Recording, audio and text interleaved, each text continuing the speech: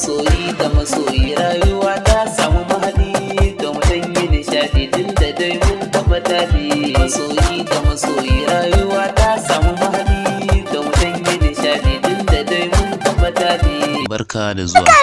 Barka da zuwa.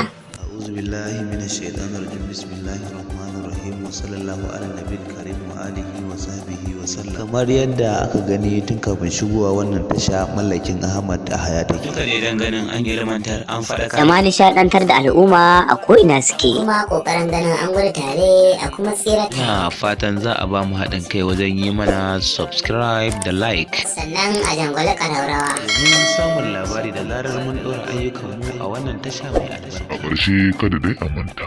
Danna ƙararrawa shi ke zaburarwa. Subscribe ke ba da ƙwarin gwiwa wajen saka muku abin da kuke so a koda yaushe. Sannan kuma sai a dangwale like Ahmad Hayat TV.